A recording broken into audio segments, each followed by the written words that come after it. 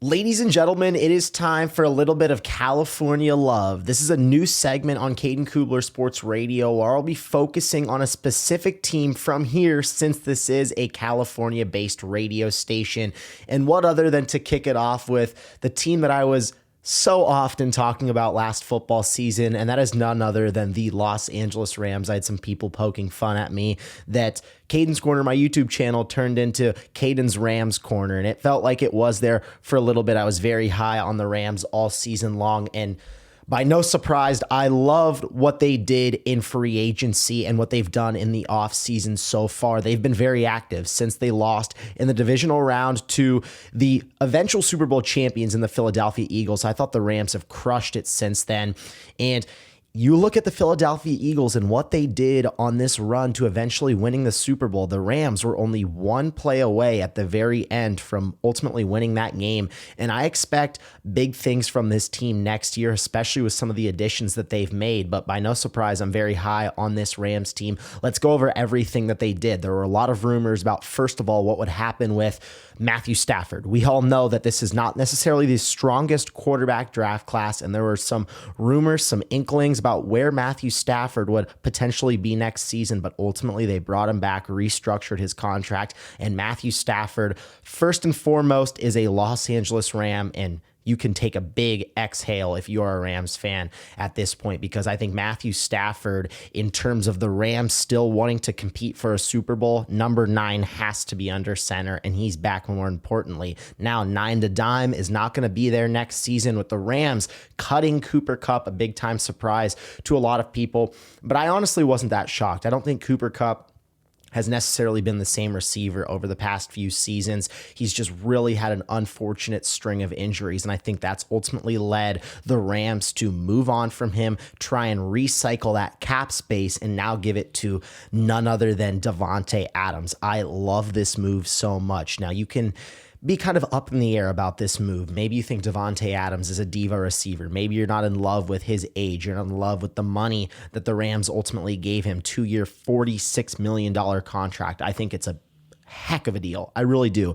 I love this move for the Los Angeles Rams. You're looking at Puka Nacua, a top 10 receiver in the league, and you're looking at Davante Adams, a borderline, and in my opinion, still a top 10 receiver in the league. Look at all the turmoil that he went through last year. He started his season out with the Las Vegas Raiders. Then he went to the New York Jets, and with everything considered, he still had over 1,000 yards and 8 touchdowns. That's still a very productive season out of Davante Adams. So I think he can still be as dynamic as ever now with this duo of him and Puka Nacua, and you still have Matthew Stafford throwing the ball. There were some other smaller moves this Rams team made in the receiving core as well. They lost to Marcus Robinson. They brought back Tutu Atwell on a 1-year, $10 million contract. They decided to sign former Chargers defensive tackle Poona Ford, and they made a few additions, re-signees on this offensive line as well. So I think the Rams are ready to go. I really do. I think this team right now, with the way they're constructed, still with Sean McVay, arguably the best head coach in the NFL,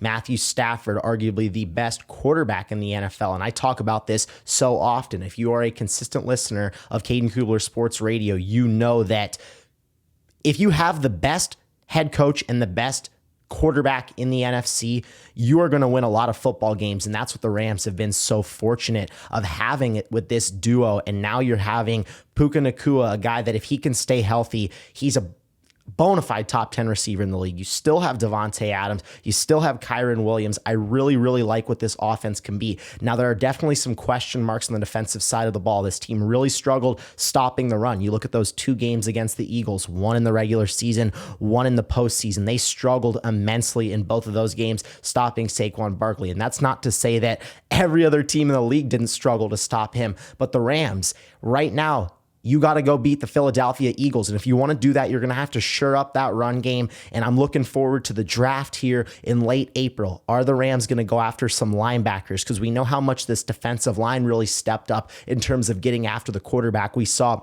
with Jared Verse, what Byron Young, what a lot of these young pass rushers did in really late in the season to really step up. And I thought that that's going to give them a lot of hope in terms of moving forward, because there was a big question mark on that defensive line when Aaron Donald ultimately retires, arguably one of the greatest defensive players in NFL history. And then they bring in Jared Verse, who wins the Defensive Rookie of the Year, who really steps it up in the postseason. We saw him go after the Eagles fans, and man, he showed up in a big time way that ultimately lose, obviously, but man, he's got some moxie. I love what he brings, the energy he brings to that defense. He's going to be a stud for a long time in this league, but I think the Rams right now, they're going to have to look at the linebacker position, that really retooling that front seven, specifically at the linebacker, because I think if they can stop the run, this team is going to be really, really good, and it's just retooling that defense. Honestly, that's all it is.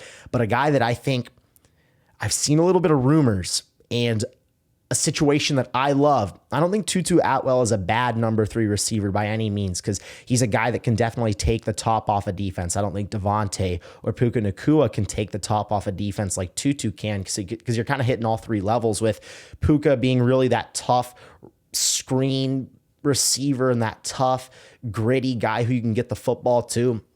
Then you have Davante, who's that elite route runner who can really get open whenever you need him to. And then you have Tutu, who can take the top off of a defense whenever. But I love Emeka Egbuka out of Ohio State, stud wide receiver. I think the Rams can maybe get him late in the first round. I think he's a really interesting prospect for this Rams team. If you're bringing in Emeka, Davante, and then Puka, this could be, in my opinion, I know the Bengals just brought back T. Higgins and Jamar Chase. If the Rams have this trio with Emeka Egbuka, Davante Adams, and Puka Nacua, I'm ready to say that that's the best receiving core in the NFL as we head into next season. But that's just where I want to see the Rams go in terms of the draft. But obviously you can't go wrong when you have Les Snead as your GM. He's been amazing over the past few seasons. So I'm going to go ahead and sit this one out and let him cook, of course. But this Rams team, there's a lot to be excited about. I really think this Rams team is going to be a Super Bowl contender next year. I love the additions and the moves that they've made so far this offseason. And that is the first ever segment of California Love.